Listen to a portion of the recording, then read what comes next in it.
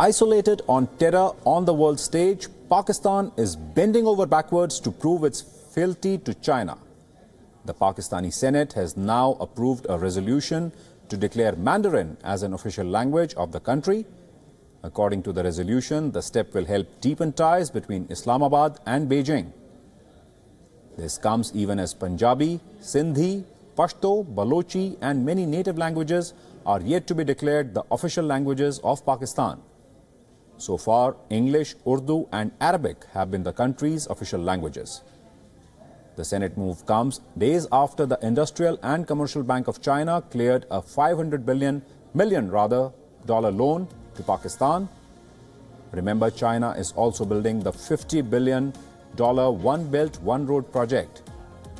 The China-Pakistan Economic Corridor, the CPEC, aims to make Pakistan a hub of Chinese trade. It will provide Beijing a faster route to markets in West Asia, Africa and Europe. China is also developing the Gwadar port in the south of the country as part of the mega project. A naval base is also reportedly in the works. Pakistan is in fact being increasingly seen as China's client state, even as it drifts out of the American security architecture. According to some reports, Pakistan now counts China as its only real strategic partner. This is because the US has been stepping up pressure on Pakistan to act against terror networks on its soil. The Americans are wary of Islamabad's nuclear weapons falling into terrorist hands. China, on the other hand, has been supportive of Pakistan, even as it fights potential Islamist problem in Xinjiang. Beijing has defended Pakistan's record on fighting terror. It has blocked Indian attempts to declare terror mastermind Masood Azhar as a UN-designated terrorist. China has expanded military and technical cooperation to Pakistan. No surprises then that the client state is bending over backwards to please its master.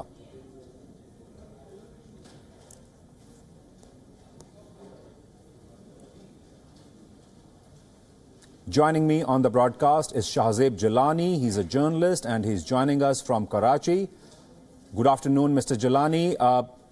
Many in India are extremely surprised by this move of the Pakistan Senate to declare Mandarin as an official language in Pakistan, although there also seems to be some doubt over the Senate, whether the Senate has actually cleared this move or is it likely to be cleared?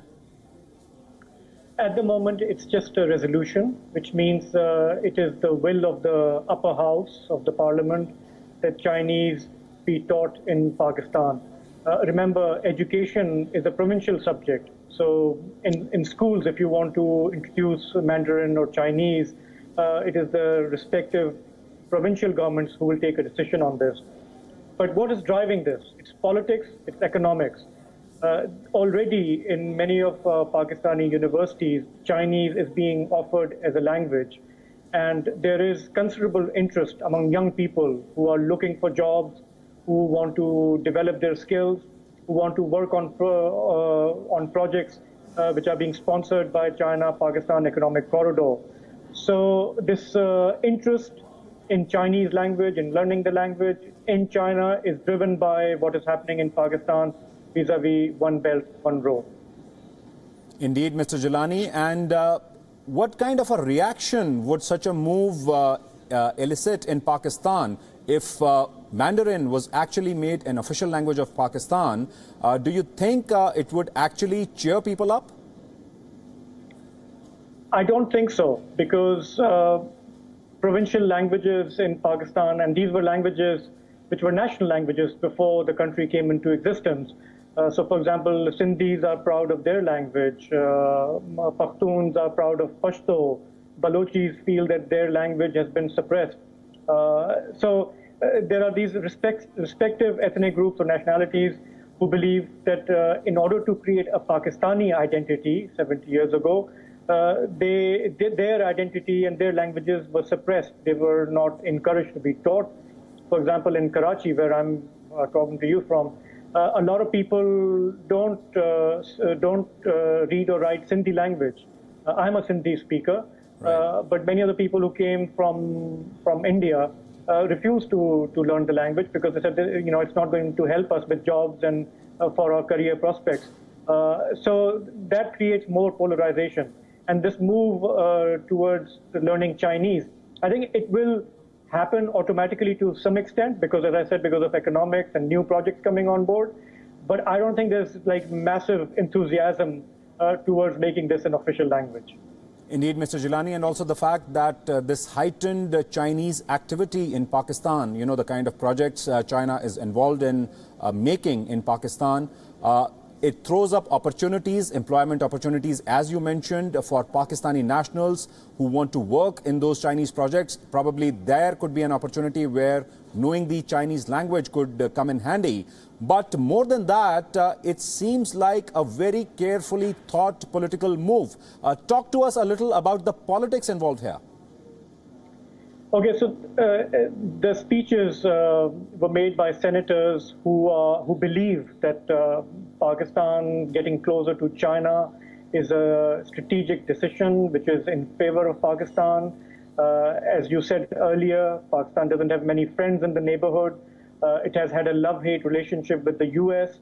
There's always been this mutual blame game about who did what and who, who violated trust, so on and so forth.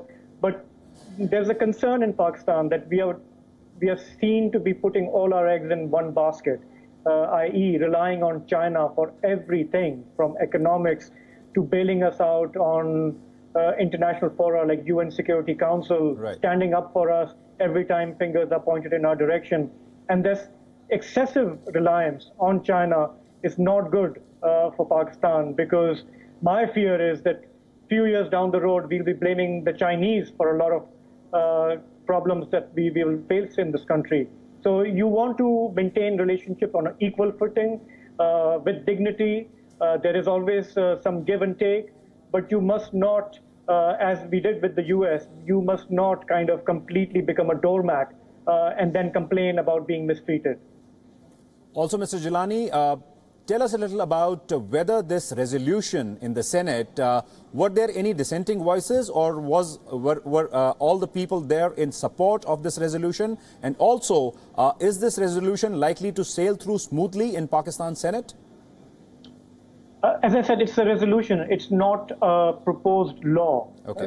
Senate cannot legislate on this. And this is a Chinese, whether people want to learn Chinese or not, it's a provincial subject in schools.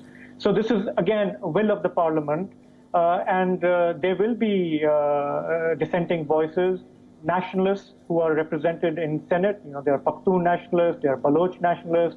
There are those who believe that, Sindhi and other languages, Saraiki, for example, should be taught first before we venture out to learning Chinese.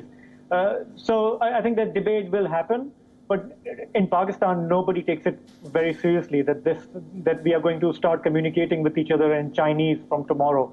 We tried to impose Arabic in Pakistan in the 80s, right, under General Zia, and while some people did catch on to it, others didn't. Because our own culture and our own background and heritage is so rich, and it's unfortunate that we haven't really promoted it. Right, and my last question to you, Mr. Jilani, can it be expected that in days, weeks, or maybe a few months from now, Chinese or Mandarin could actually be started to be taught in Pakistani schools? Again, this was something, for example, the provincial government in Sindh mentioned many years ago. It hasn't happened. Our performance when it comes to education is extremely worrying. We are not teaching children in school Urdu or even Sindhi. So forget about Chinese. There's a high dropout rate. The schools don't have teachers.